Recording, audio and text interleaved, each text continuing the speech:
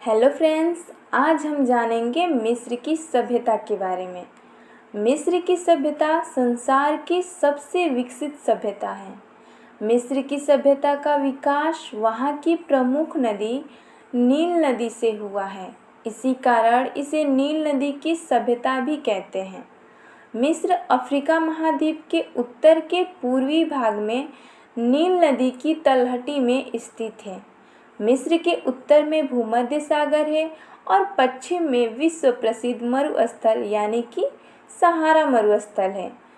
सहारा मरुस्थल विश्व का सबसे बड़ा मरुस्थल है। यहाँ तक आपने वीडियो देखा यानी कि आपको ये वीडियो अच्छा लग रहा है तो चैनल को सब्सक्राइब कर दे और बेल आइकन को दबा दें ताकि हमारी अगली आने वाली वीडियो सबसे पहले आप तक पहुँचे। मिस्र की सभ्यता के संबंध में विद्वानों ने अपना अपना मत दिया है। प्रसिद्ध विद्वान हेरोडोटस के अनुसार मिस्र की सभ्यता नील नदी का वरदान है। ऐसे ही प्रसिद्ध विद्वान शाखाराम देसाई का मत है कि मिस्र की सभ्यता नील नदी का उपहार है। नील नदी लगभग 50 किलोमीटर चौड़ी और 800 किलोमीटर लंबे भूक्षेत्र में फैली हुई है। इसलिए नील नदी को मिस्र की सभ्यता का जन्मदायिनी माना जाता है। प्रसिद्ध वैज्ञानिक सेबाइन का कहना है कि यदि नील नदी न होती तो मिस्र एक विशाल रेगिस्तान बन गया होता।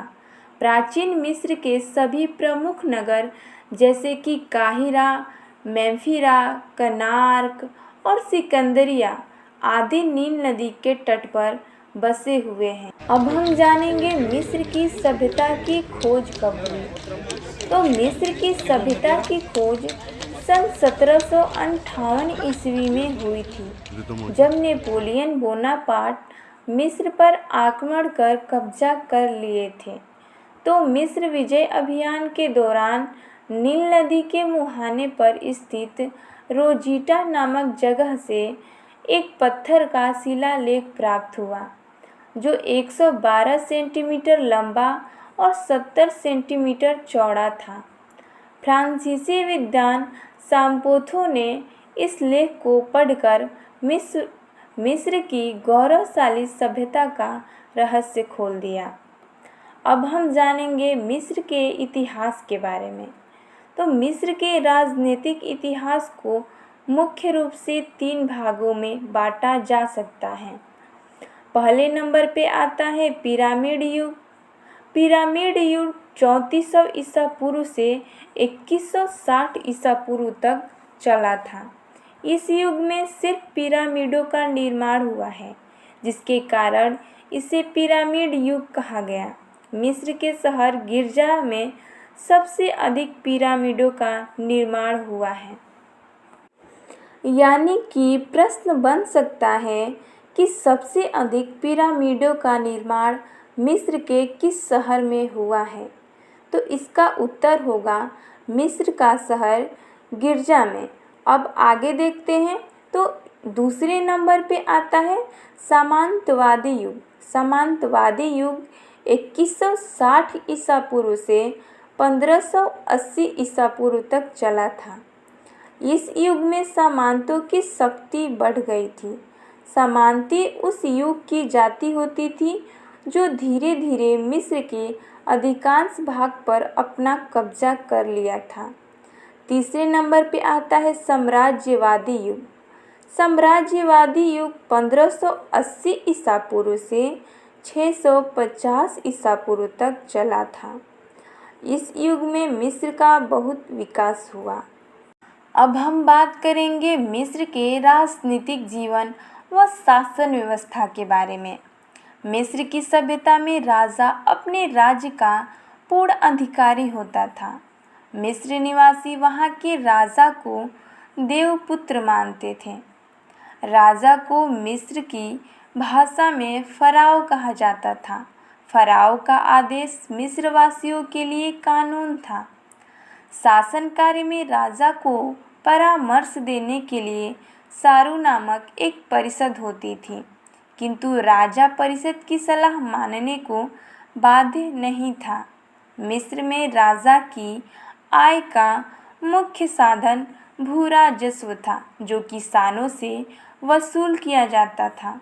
अगर आप अभी तक हमारे चैनल को सब्सक्राइब नहीं किए हैं तो प्लीज़ कर दें।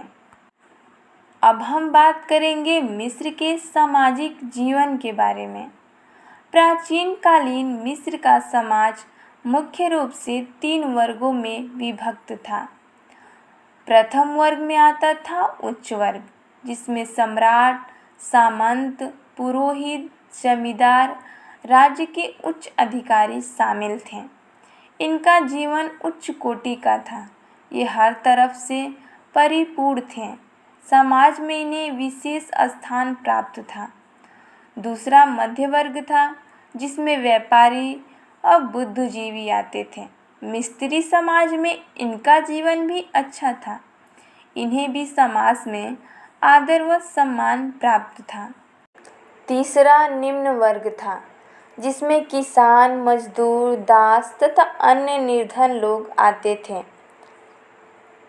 इस वर्ग की दशा बहुत ही शोचनीय थी। इनकी दशा चिंताजनक थी। मजदूर और दासों की दशा बहुत ही शोचनीय थी। इस वर्ग के लोगों से जबरन काम कराया जाता था। जो मिस्र का विशाल पिरामिड है, उसका निर्माण मजदूरों द्वारा ही किया गया है। मिस्र में स्त्रियों की स्थिति अच्छी थी। इन्हें समाज में आदर सम्मान प्राप्त था। परिवार के पूरे धन पर स्त्री का अधिकार था। नील नदी के तलहटी में बसे होने के कारण मिस्र एक उपजाऊ प्रदेश था। इसलिए यहाँ निवासियों के जीवन का मुख्य आधार कृषि था। मिस्रवासियों ने उद्योग के क्षेत्र में बहुत प्रगति कर ली थी। मिस्र के लोग पेपरिस नामक पौधे से कागज़ बनाने की कला भी सीख चुके थे। अब हम जानेंगे मिस्र के धार्मिक जीवन के बारे में। तो प्राचीन मिस्र के लोग बहुदेवादी थे, यानी कि वो बहुत सारे देवी देवताओं की पूजा करते थे। पूरे मिस्र के हर नगर का एक प्रधान देवता होता था।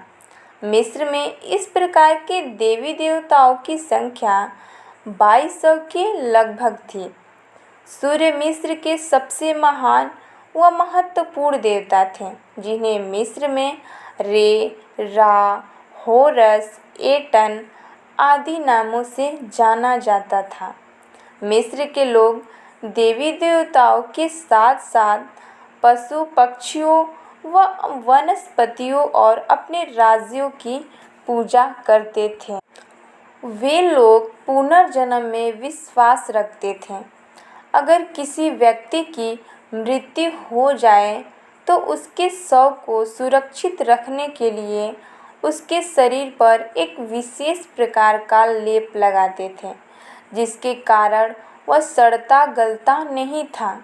लेप लगाकर एक संदूक में बंद करके सुरक्षित रख देते थे।